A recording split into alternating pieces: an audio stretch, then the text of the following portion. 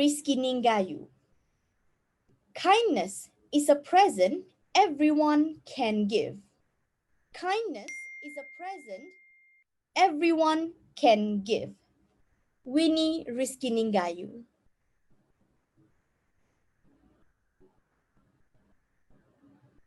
Talking about gift or present is one of the trickiest thing for me.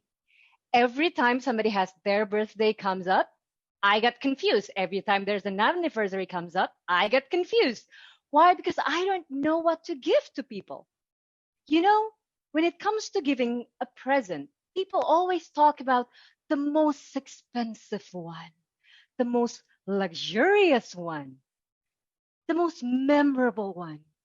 But nobody talk about the most meaningful one. 3 years ago, I had a depression. Day by day, it's so hard for me to get by. What helped me getting by is that I have 3 friends that are kindly accompanying me. They're kindly sending food for me, and they're kindly asking me how I was. They are my lifeline. The gift that they've given me 3 years ago enables me to stand before you and actually talk. The gift is the gift of life, and it's the simplest gift. It is not luxurious, it is not expensive, but yes, it is meaningful. It is the gift of kindness. Kindness through presence, kindness through asking, how are you? Kindness through sending food. Kindness is a gift, ladies and gentlemen. And for me personally, it is a gift of life. Back to you, contest chair. The title is The 2 Minutes That Matters. Good evening, ladies and gentlemen, especially from Surabaya and many other cities of Toastmaster Club. I've almost never seen this variety of people in one room. This is very great. You have somebody from Medan, you have people from Bandung, you have people from Surabaya and Jakarta. I think it's awesome to have this sort of meeting. I was actually asked to share one of my experience, which is in table topics in Toastmaster. And I was thinking, what sort of, I mean, all of you knows table topic, right? So I was thinking, what sort of speech that I should make in edu session for table topics. But come to think of it, I always have this preference for table topics versus prepared speech, probably because I'm super lazy. I don't like to prepare. And second of all, probably because I'm super forgetful. I I kind of forget things easily. So no matter how good I draft my speech, it always comes out differently. And third, perhaps it's because that I'm pretty much a spontaneous person.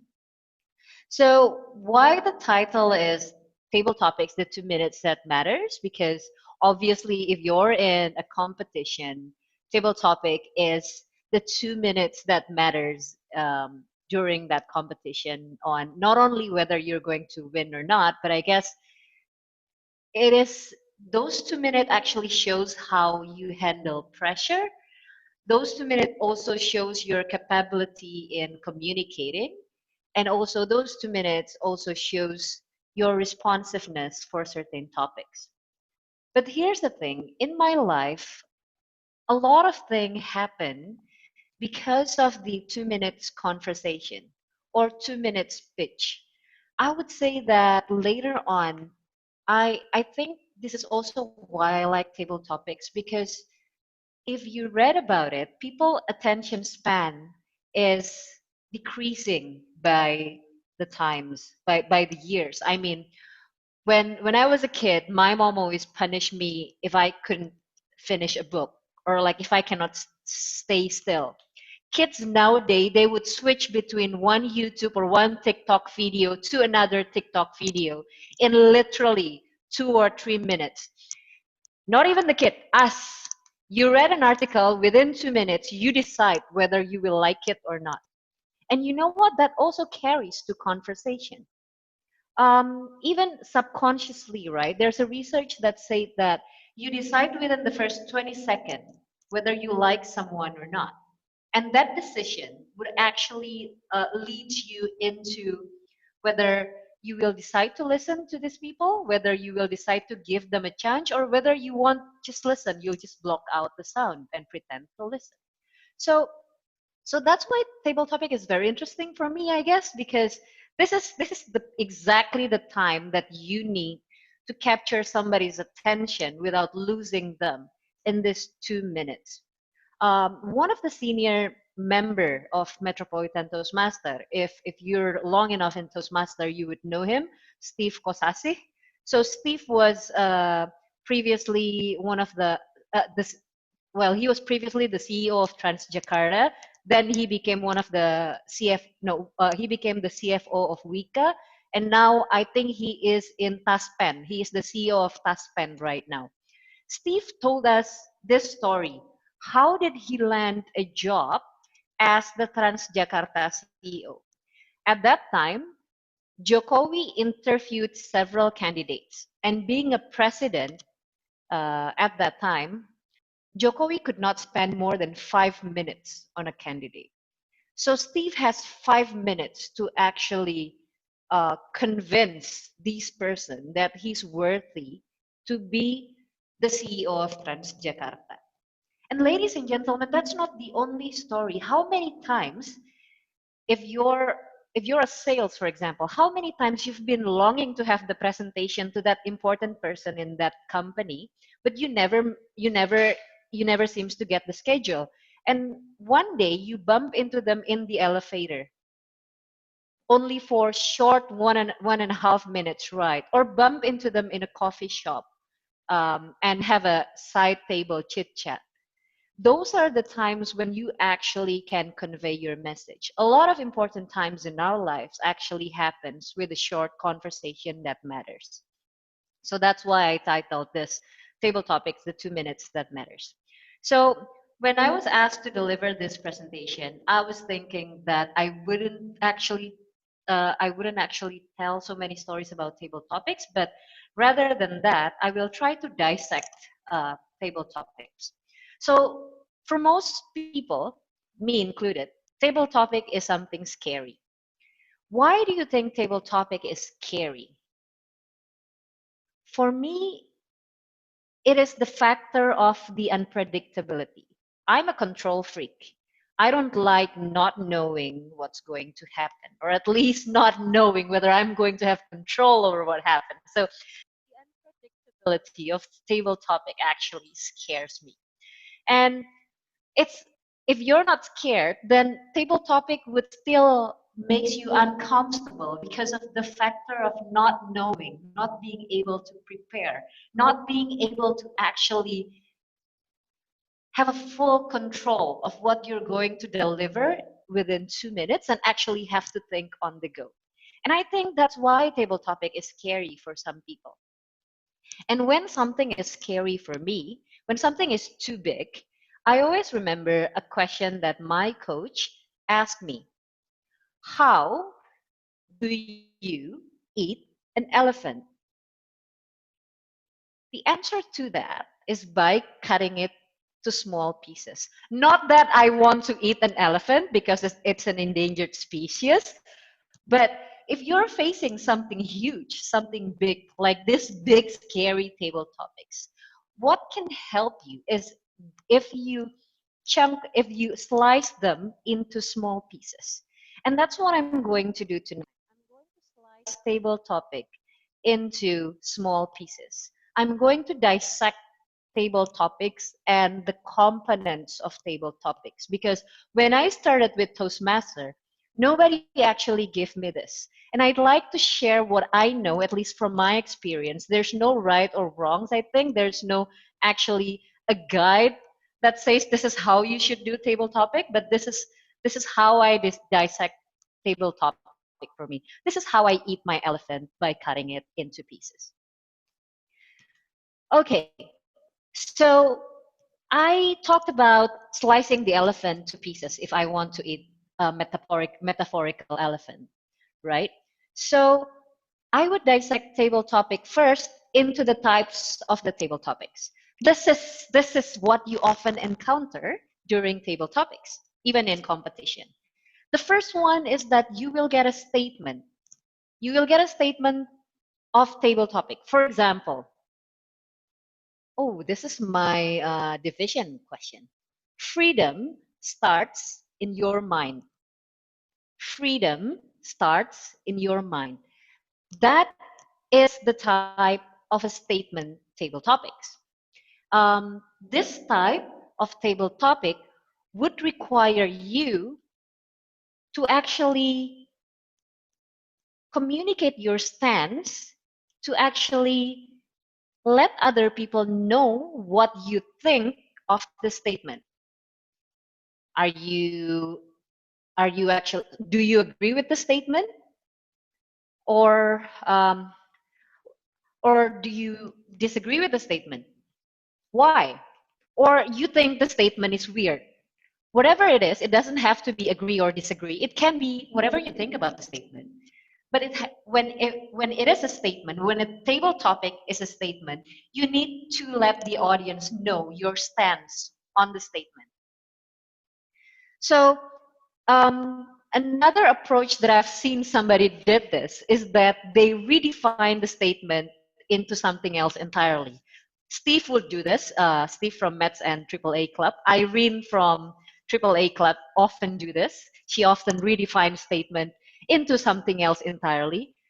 So, so that's what you do with a statement. We'll discuss the advanced things later on. So that's the first type. The first type of table topic is statement. When you meet a statement table topic, do not fret.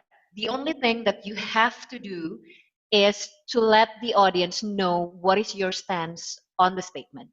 When I got the table topic, freedom starts with the mind, because I'm a very easy person, you know. My first thought was, I agree with that. Okay, so the whole story would revolves around how I think freedom starts with the mind. I started with the story of Nelson Mandela at that times.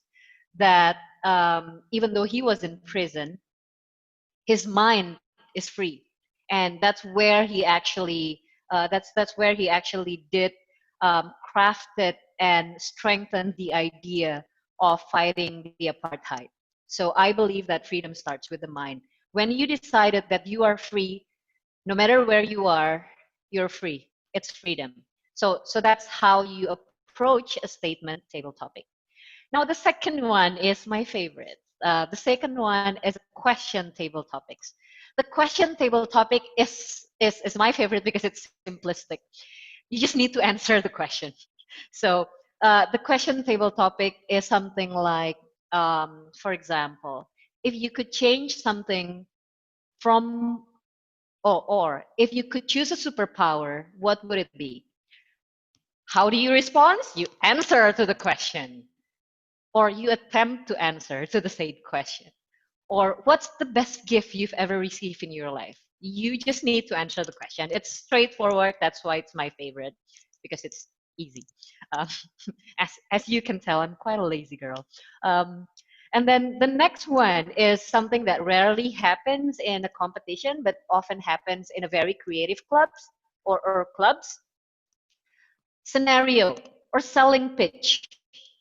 This is very rarely happen in a contest, at least in my opinion. I had a very bizarre table topic in my own club where the participant has to choose 3 words.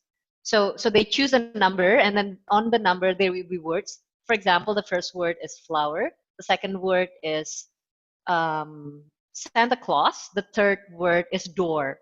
Then you would have to come up with a 2-minute speech that somehow make those 3 things become a single story. So you made up stories basically. Or we ever had a table topics where you sell something but with the newest technology. For example, you choose the technology. If you get the technology as visual reality, for example, and what you sell, you choose like house, for example, then you think, how do you sell a house with virtual reality? That can happen as table topic as well, but As far as I know, that never happens in a contest. So we're not going to talk much about that. We're going to talk more on dissecting the statement table topic and question table topics, because that's what we'd like to do here, at least I'd like to do here, putting them into pieces. So this is the types of your table topic, especially in a contest. So how do we approach these types?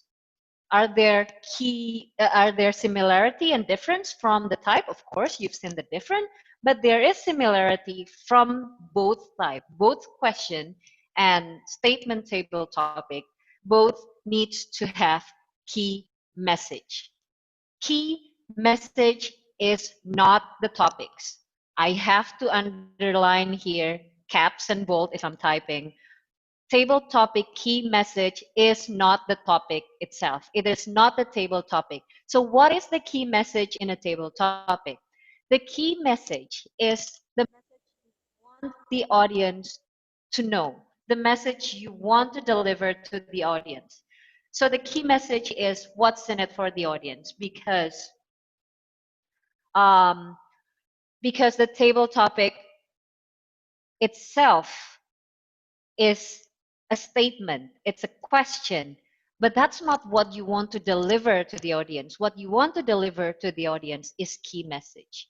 Okay, so if this is a bit confusing for you, let me just break it down into pieces. For example, my district contest table topic is kindness is a gift everyone can give. Okay? Now I'd like to ask one of you, what type of table topic is that? Is that a statement or is that a question? Statement. Statement. So what do you have to do with a statement? You need to show the audience your stance, whether you agree with that or you disagree with that. I, of course, being an easy person, I agree with that.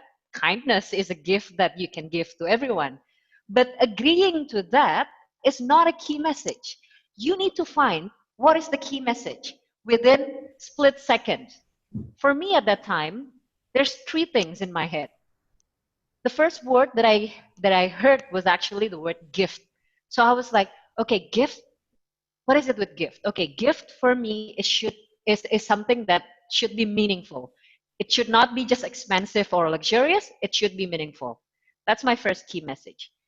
And then, being a very easy person, I also think that kindness is a meaningful thing. So, kindness is a gift. It's a meaningful gift that costs nothing. And how it means personally to me, kindness is a gift of life. We will talk about the personal thing later on, but let's focus on the first two things. My key message is that gift supposed to be meaningful. It doesn't have to be expensive, it doesn't have to be luxurious, but it has to be meaningful. And kindness is meaningful. So kindness is a gift that you can give to everyone. That's the first thing that it has to be on your speech. Not only prepared speech that needs to have a key message. Table topic needs to have a key message. Every time I give feedback on people working on their table topic, I always try to look for what's the key message. As an audience, finding a key message is very easy. What's in it for me? What's in your speech that actually I can take away? What's the takeaway? What I can take and bring home from your speech? So that's the key message. Key message should derive from your authentic self. It should be derived from your authentic story. And also the key message is also the audience takeaway. So how you can tell something is a key message, it is something that you can uh, give to the audience. So key message is something that you want to say about that topic. The topic is a broad thing. So kindness is a gift everyone can give. It's a very broad things. From those broad things, you take personal experience or what does it means to you or whatever, and distill that into key message. For example, another example, when I got the table topic of a question, this is a bit tricky when it comes to question. For example, if you could have one superpower, what would you want to have? You can spend 2 minutes talking about how much you want to be able to um, read people's mind, for example, and that's it. You will only answer the bare minimum requirement of a table topic, which is if it is a question, you answer it. That's it. But if you're asked a table topic, what is it a superpower that you wish you want to have? You need to think of obviously you need to think of a superpower. Or if you don't want a superpower, then you need to explain why.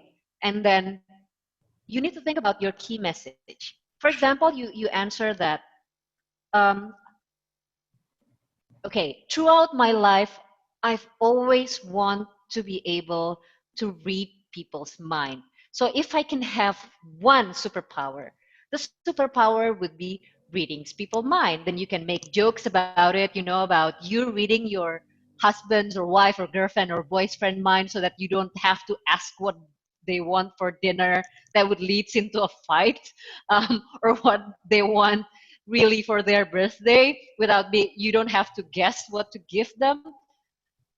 But then you need to also give them the key message. Why does being able to read people's mind matters for you? For example, you can say that, for me, the ability to not being misunderstood, the ability to understand people is very important. How many conflicts, how many war, how many disagreement, how many fights in this world happen because we cannot understand each other? How many conflicts happen because one party cannot say out loud what they want and instead cover it with lies? And ladies and gentlemen, that's why I want to read people's mind. Because it's not that I'm a pervert or I just want to have an easy life of not having to guess what my partner wants for his or her birthday, but I also want to be able to understand the world better, to avoid conflict. Ladies and gentlemen, perhaps if we say what's on our mind into spoken words, then we would not have to live in such a conflicted world. And probably when we are able to say what's on our mind, honestly and frankly, I would not need the superpower anymore. Back to you, um, contest chair. So that's the example of a key message, right? You can see how it's very different with just answering the question. So answering the question would focus on superpower you want in your life, which is reading mind. And the key message would focus on something else, which is something deeper that the audience can take away. What you want is that you want the audience to take away the message of speak your mind clearly or be honest so that I don't need the superpower of reading minds. That's a key message. And key message is something powerful. And if you can deliver a key message within 2 minutes, dear God, it is a very powerful tool. Seriously, if you can deliver your takeaways for the audience, for your boss, for your investor, not only in Toastmaster, in 2 minutes, you would have a very effective communication. So, yeah, sorry, it's already 15 minutes. Okay, I have to wrap this up. After the key message, I promise this will be short and sweet. A table topic is just like any other speech. They have structure. They have opening, they have key message, they have closing. So table topic is like a speech but shorter. Still, a structure will help your speech to be more cohesive. What does opening looks like? Repeating the question, for example. Ladies and gentlemen, if I can get a superpower, what would I want? Do I want to be able to fly? Do I want to be able to be very strong? Or do I want to be able to read people's mind? I would choose the third one. That's your opening. Why? Because blah, blah, blah, blah, blah. That will be your key message. And after you say that, you go to your closing. Ladies and gentlemen, I wish for a world where everybody can be honest and speak their mind so that there's no need of a question, what do I wish for my superpower? Thank you. So table topic, as short as it is, it still needs a structure. Opening, key message, and closing.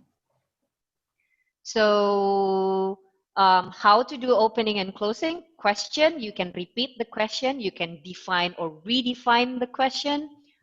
It helps you structure your thinking. If you're stealing or buying time, for example, you don't know what superpower you want, you can repeat the question. Ladies and gentlemen, what do I want as a superpower? It's repeating the question. Or you can define or redefine. Ladies and gentlemen, what is a superpower? A superpower for me is blah, blah, blah.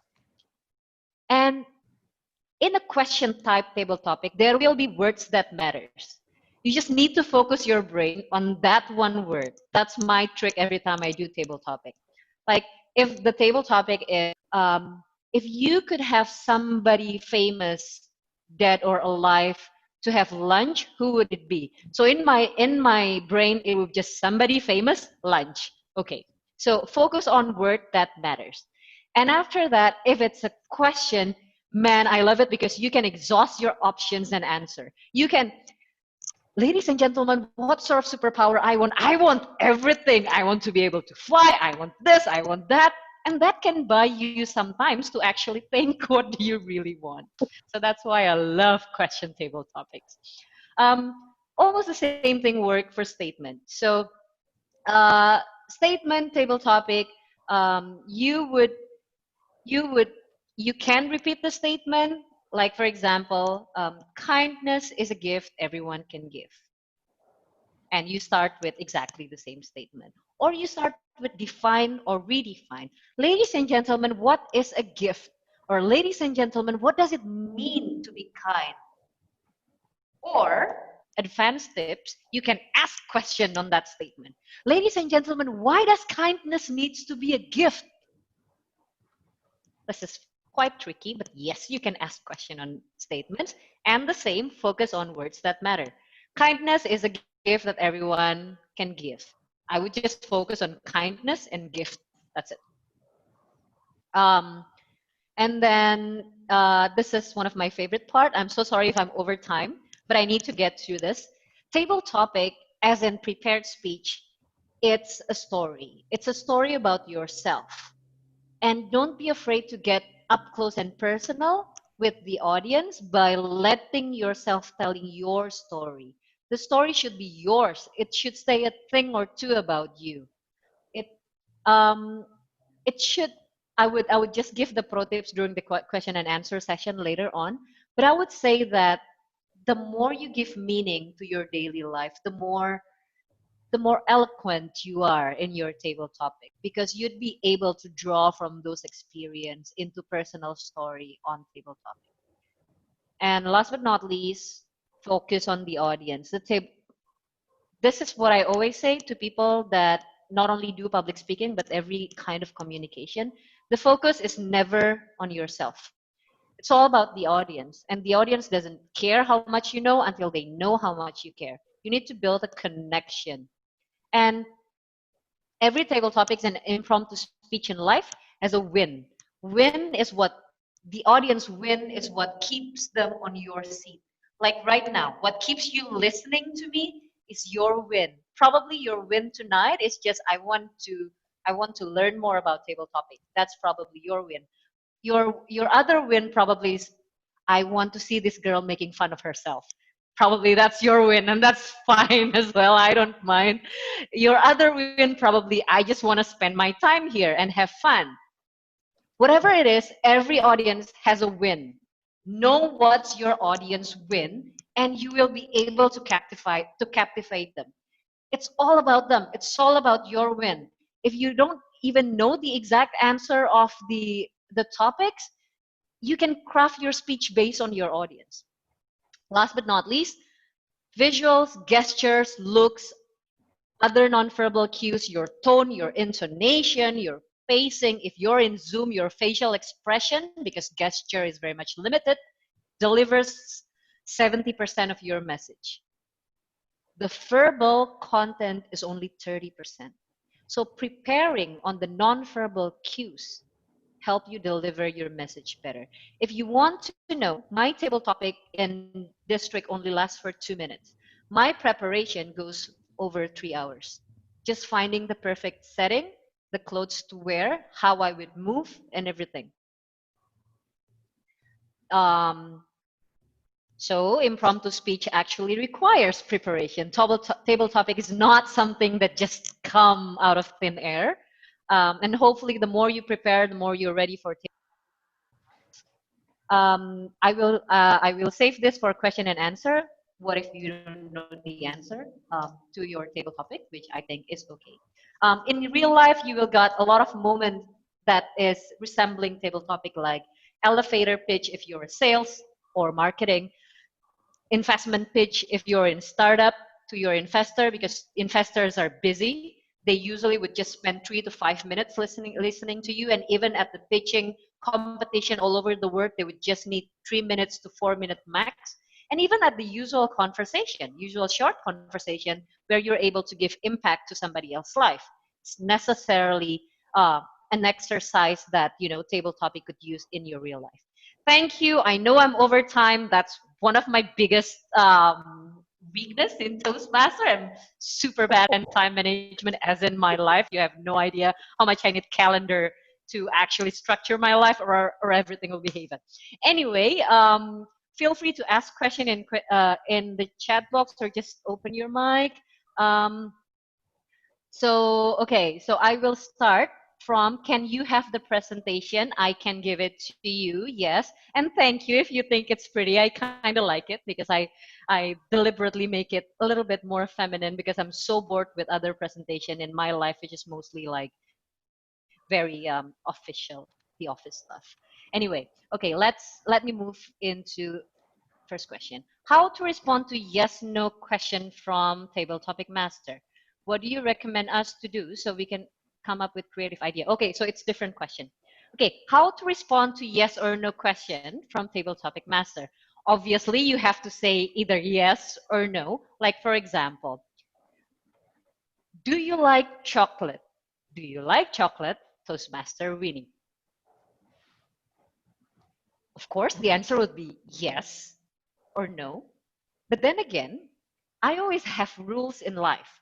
One of my rule in life is starts with a why. So even in yes no question, you can ask yourself why do you say yes to that?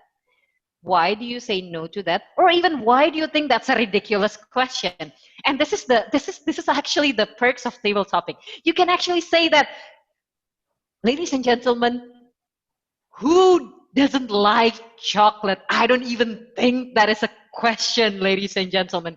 You can say that on the expense of the table topic masters being pissed at you, but still you can say that. So dig the why. Ladies and gentlemen, of course I love chocolate. Why? Draw from your personal story. When I was a kid, every time I'm sad, my mom always gave me chocolate. You know what it does to my life right now? Every time I'm brokenhearted, I gain 5 kilos. And after that, perhaps your key message is that, ladies and gentlemen, chocolate reminds me that each and every one of us has a unique relationship with food. We have to be mindful with our relationship with food. See how nice it is where you can actually repackage a yes no question like, do you like chocolate, into a message of, people have unique relationship with food, and you have to be mindful with your relationship with food, right? So you can always answer the yes or no question. So question table topics is always my favorite. What do you do or recommend us to do so we can come up with creative ideas to answer table topic? Practice. This is a very Toastmaster answer, but the more you practice, the more you can answer things creatively, and it doesn't have to be in Toastmaster. For example, the next time your partner asks, what do you want to eat for dinner, honey? You know what? Just to have fun, think of that as a table topic question. instead of whatever, or why do you always ask me? Or treat that as a table topic question. Treat that as, honey, listen to me. We've been together for 2 years, and I love the fact that you're always asking me every night what to eat for dinner. That for me shows treating. That would be weird, but that's how you practice in real life. That would be weird. I realize the potential of it being so weird. But there's a lot of moments in your life where you can actually practice your table topic. The question from your boss, hey, have you done this report? You haven't done that. You need to come with an excuse in 2 minutes and explain the excuse. That's a table topic right there on why you haven't done that. And relate that and have a key message so your boss can pity you and actually give you extension of time. That's a table topic right there. So just practice. And there's a lot of avenue to practice really. What are the most FAQs people ask to me? That's interesting. The most frequently asked question on table topic is this one. So that's why I have a slide. It's always that, what if I don't know the answer? What if I don't know what the topic is actually saying? Look, for me, it's okay not to know the answer. You're not Einstein. Even Einstein doesn't know the answer to some question. You can, however, relate to the things you already know, you're already familiar with, the things that you're already knowledgeable at, or the thing that you've prepared, and use that to answer the question. This example is not from Toastmaster. This is from real life. So I was asked on how to mitigate. So I'm a business development. I'm doing renewable energy. So on a forum, I was asked, how do we mitigate risk in infrastructure related project? And dude, I have no idea what's the risk on infrastructure project. I've never been in one. So I was like, and that's a question where I was a panelist and I need to answer that. I cannot run away, right? I'm on the stage. And I said that, to be honest, I told them that I don't know the question. I don't know the answer. So I told them that I've never done any infrastructure projects in my life. However, I've spent 13 years in oil and gas, and it involves heavy infrastructure projects for supporting oil and gas. In oil and gas, this is how you calculate your risk. And I explained to them and said that perhaps some of the risk that we have in oil and gas could happen to you in an infrastructure project. And well, it was quite funny because it leads to another discussion, because the one that asked the question acknowledged that some of the risks are actually present in infrastructure project. And it leads into a further discussion that I find quite fruitful. So look, it's okay if you don't know the answer to a question, especially when it's a question table topic. I had no idea. I had no idea that my first table topic on Toastmaster would be about some random statement that say, I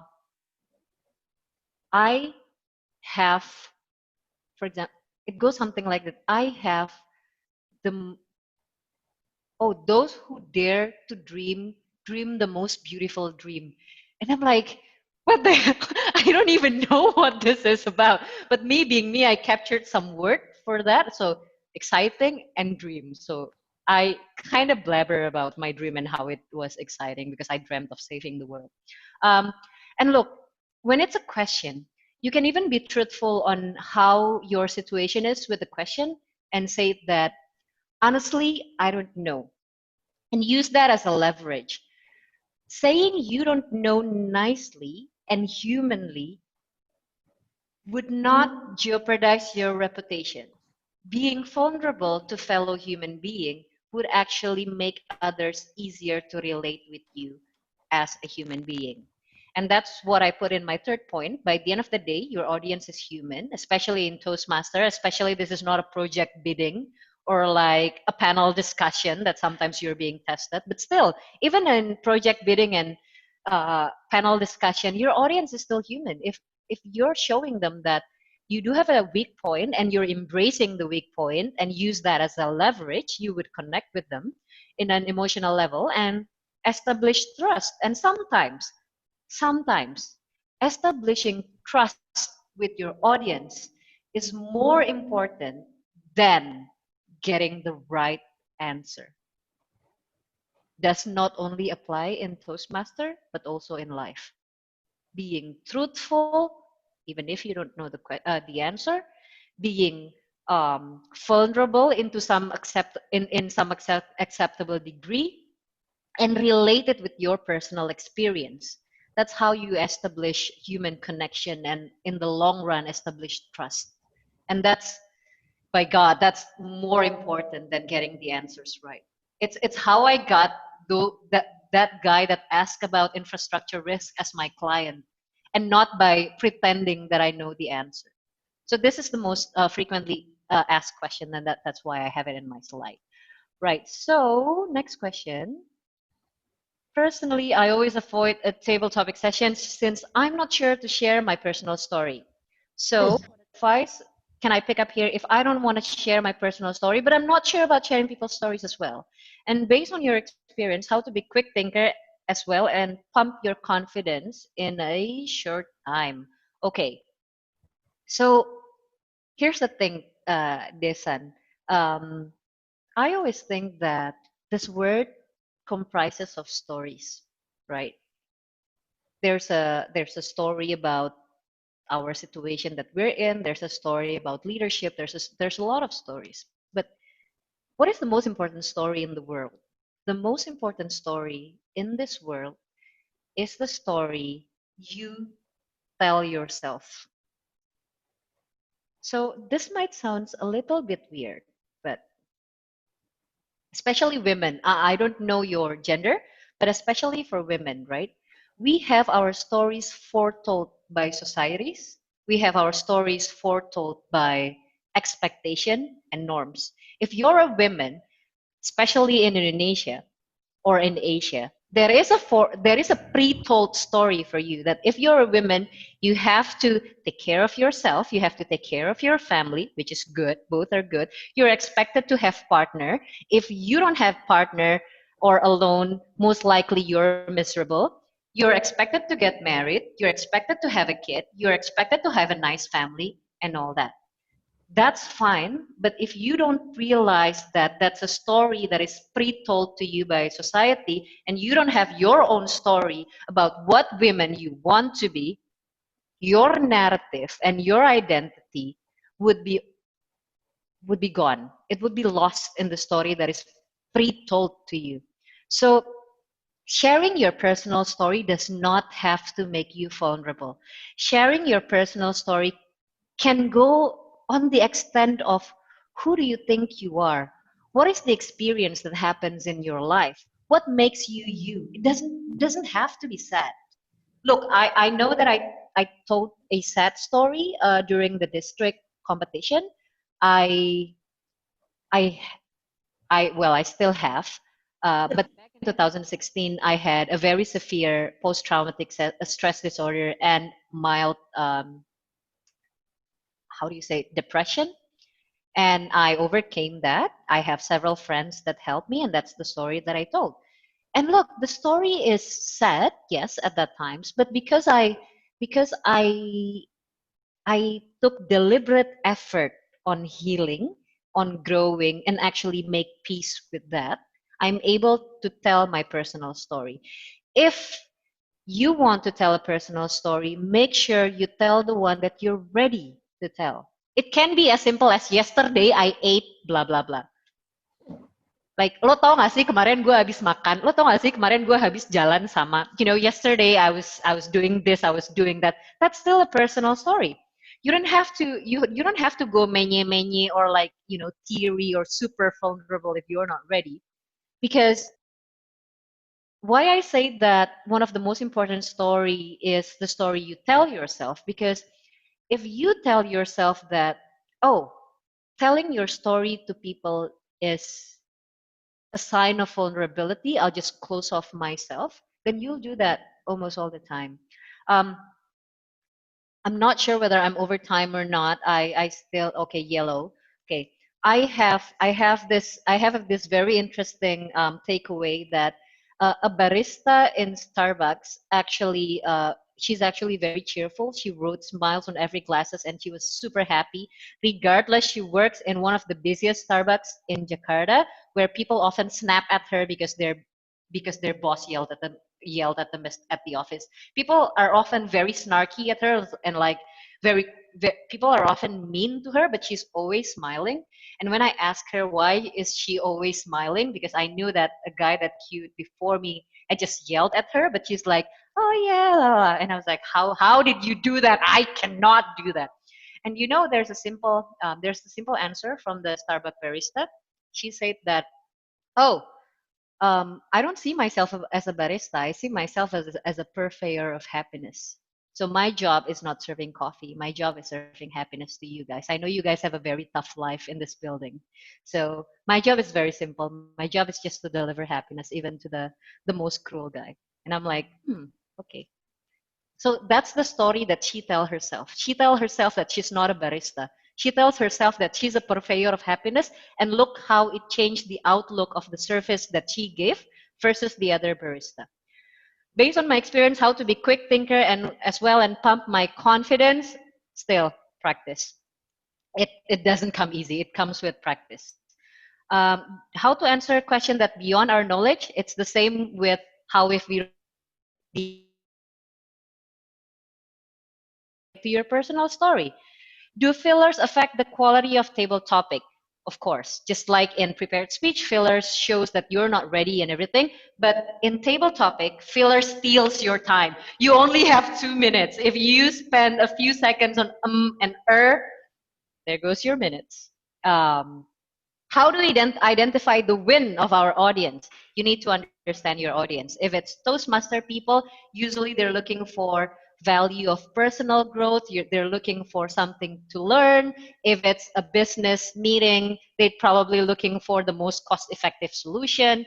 If it's a family meeting, they probably just want to be listened. So you just need to know the audience. How are we not get stuck in fast searching the ideas? Oh, this is why I like redefining words and focus on the words that matters. So when you listen to a table topic, focus on at least 2 words or like 3 at most. And first thing in your head that you think about those words, say it first or rephrase the question when you're buying time. I think there's a lot of people that's like really, really fast in searching ideas. I'm not one of them. That's why I always redefine words or like asking the question again and all that. Now the timing is red. I guess that's all from me.